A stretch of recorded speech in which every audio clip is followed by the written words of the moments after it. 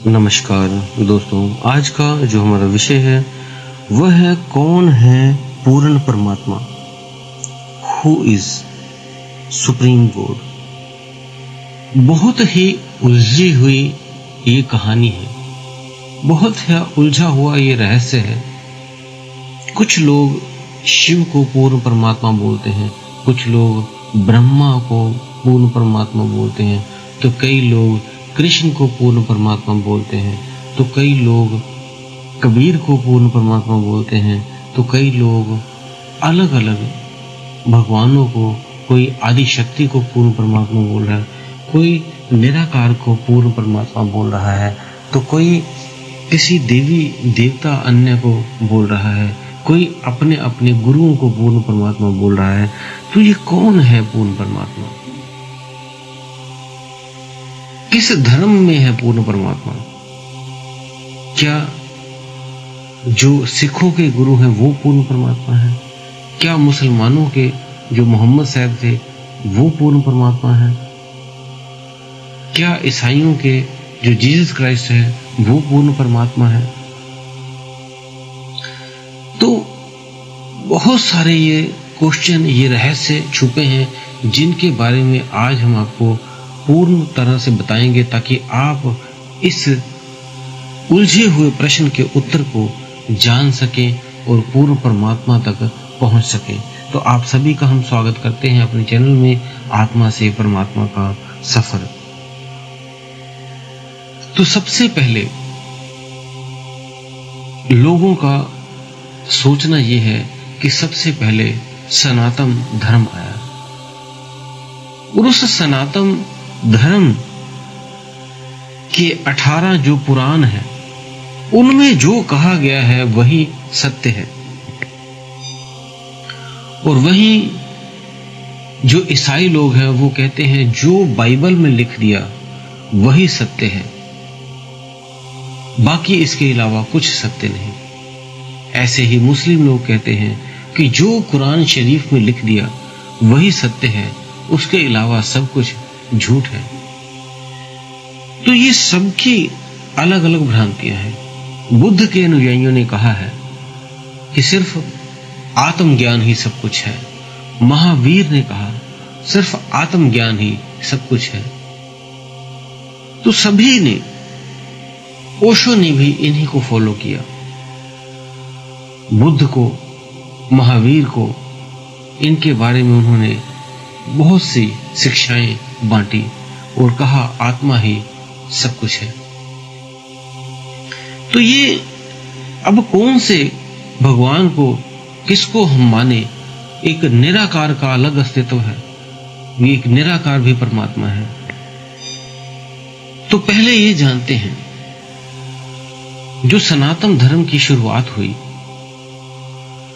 उसमें दो ऊर्जाएं थी, दो ऊर्जाएं हैं। जो वह है एक निराकार ऊर्जा जो हमें दिखाई नहीं देती, उसे ही हम ओम कहते हैं। हिंदू लोग हर मंत्र के आगे ओम लगाते हैं, सिख लोग भी ओम लगाते हैं, मुस्लिम और ईसाई भी आमीन लगाते हैं। तो ये आमीन, ओम, ये सारे निराकार शक्ति का एक जो ऊर्जा की वाइब्रेशन है वो ओम है, अमीन है। तो इस ऊर्जा की जो वाइब्रेशन है उसे बोलते हैं कि ये निराकार शक्ति है। और ऐसे ही एक और शक्ति साथ में है जिसे हम कहते हैं आदि शक्ति, नारी शक्ति। तो वो फीमेना, जो फीमेन एनर्जी है, और ये जो निराकार एनर्जी है, इन दोनों के समावेश से 3 साकार रूप प्रकट हुए, जिसे हम कहते हैं ब्रह्मा, विष्णु और महेश। शिव को कई व्यक्ति पूर्ण परमात्मा कहते हैं कि वो, लेकिन आपने देखा है कभी? शिव हमेशा ध्यान अवस्था में होते हैं। अगर वो ही पूर्ण परमात्मा है तो वो किसका ध्यान कर रहे हैं? वो उस निराकार का ध्यान हमेशा करते रहते हैं। और जो भगवान विष्णु हैं, जिन्हें कृष्ण भी कहते हैं, जिन्हें कान्हा भी कहते हैं, नंदलाल भी कहते हैं, अलग अलग नाम से जाना जाता है, उन्होंने गीता में यह भी कह दिया कि जो भी यहां कुछ है वो सब मुझसे ही निकलता है और मुझ में ही समाहित हो जाता है। कालों में काल हूं मैं सभी का, देवताओं का देव हूं मैं सभी का। तो इस तरह से उन्होंने सब कुछ खुद को ही बताया। राक्षसों में सबसे बड़ा राक्षस है, और जुए में सबसे बड़ा जुआरी है, पापों में सबसे बड़ा पाप हूं मैं, और देवों में सबसे बड़ा देव हूं मैं, सबसे शक्तियों में से सबसे बड़ी शक्ति मैं हूं। तो सारा कुछ इन्होंने खुद पे ही लिया, जिसमें भगवान शिव ने भी यही कहा कि कृष्ण ही विष्णु ही परमात्मा है, और उधर विष्णु ब्रह्मा ने भी यही कहा कि कृष्ण ही विष्णु जी ही परमात्मा है। लेकिन ऐसा नहीं है, ये तो उस निराकार और आदि शक्ति के बीच में से निकले ये तीन ऊर्जाएं हैं, जिसे हम भगवान बोलते हैं। ये ऊर्जाओं में से आगे बहुत से देव देवताओं की उत्पत्ति हुई। उन देव देवताओं से आगे फिर और उत्पत्ति होती रही, ऋषि मुनि आए, ऋषि मुनियों से आगे ये मानव जाति आई। तभी कई व्यक्तियों के आपने देखा होगा नाम के पीछे भारद्वाज लगा होता है, व्यास लगा होता है। ऐसे अलग अलग आपने नामों के पीछे उनका जो गोत्र होता है, वो जो 7 ऋषि थे उन्हीं का गोत्र लगा हुआ होता है। वो उन्हीं ऋषियों की संतान है। मीन्स आप उस भगवान के ही संतान हैं, परमात्मा नहीं है। भगवान और परमात्मा में दोनों में फर्क है। जो भग से पैदा हुआ, मीन्स जो गर्भ द्वार से पैदा हुआ, भग से पैदा हुआ, उसे भगवान कहते हैं। और परमात्मा ना कभी जन्मा है ना कभी मरा है, वो सत्य है। हम जो अपने अलग अलग चोला लेते हैं, अपने अलग अलग शरीर धारण करते हैं और फिर मर जाते हैं।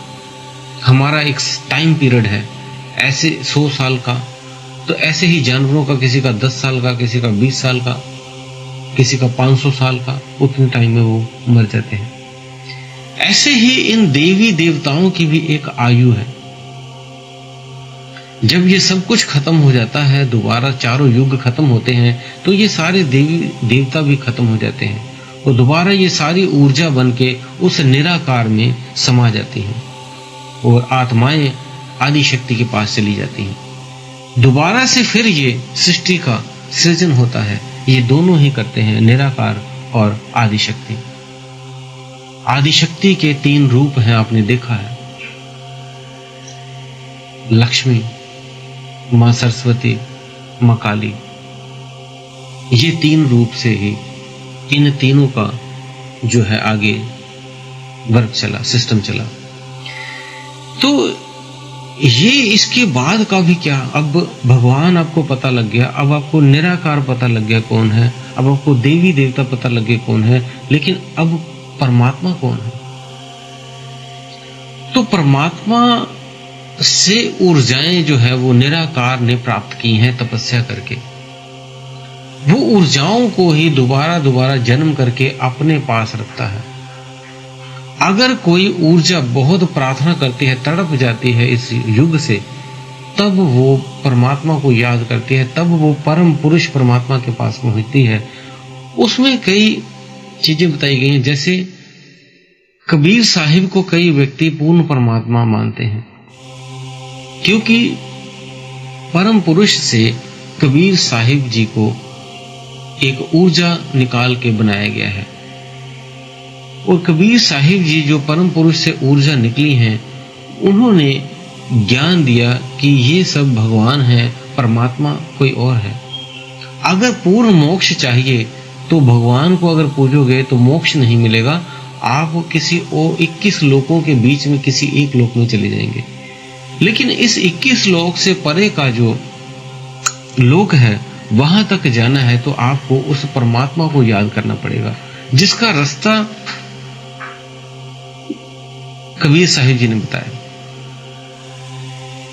तो ऐसा कहा जाता है कि कबीर साहिब जी का जन्म नहीं हुआ था, वो किसी भी उनके माँ बाप नहीं थे, वो एक ऊर्जा रूप में एक नदी में प्रकट हुए थे। और फिर जब जाते हुए भी गए तो उन्होंने शरीर नहीं त्यागा, वो दोबारा से फूल बनकर चले गए। मीन्स उनका पथिक शरीर भी नहीं मिला। तो इससे सिद्ध होता है कि वो एक अलग ही एनर्जी थे, वो उस परम ऊर्जा के ही एक ऊर्जा थे। तो उनके जो रास्ते बताए हुए हैं वो बताते हैं सतलोक का रास्ता। आपका अस्तित्व कहीं ना कहीं है, आप कहीं ना कहीं एग्जिस्ट करते हैं, कहीं ना कहीं जरूर आपका अस्तित्व है, रहते हैं। तो हर आत्मा को उस परमात्मा में मिलना होगा।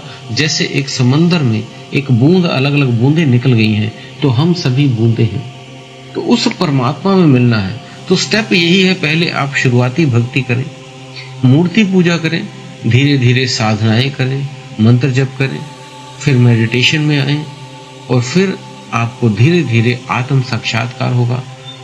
आत्मा को जब आप जान लेंगे, स्वयं को जान लेंगे, फिर आप परमात्मा की खोज करेंगे। फिर आगे का आपका जो सफर है वहां तक आगे का चलेगा। तो ये कुछ जानकारी थी, विशेष जानकारी थी, जो कई साधकों ने हमसे पूछी थी। तो इसका हमने पूरा रहस्य आज आपको बताया है। शायद कई व्यक्तियों को समझ भी ना आया हो कुछ, तो वो दोबारा एक बार, दो बार, तीन बार वीडियो देखें, ताकि उनको पूरी जानकारी अच्छे से समझ आ सके, और फिर वो अपने जो ध्यान साधना के मार्ग को मोक्ष तक कैसे ले जाएं, परमात्मा तक कैसे पहुंचे, वो ये जान सके। तो दोस्तों, उम्मीद है दी हुई जानकारी से आप संतुष्ट होंगे। फिर भी आपका कोई प्रश्न है तो आप हमें कमेंट बॉक्स में लिख सकते हैं। और दोस्तों, अगर आप हमारे चैनल पर नए हैं तो चैनल को सब्सक्राइब करके बेल बटन को दबा लें। इसी के साथ हम विदा लेते हैं आप सभी से। धन्यवाद।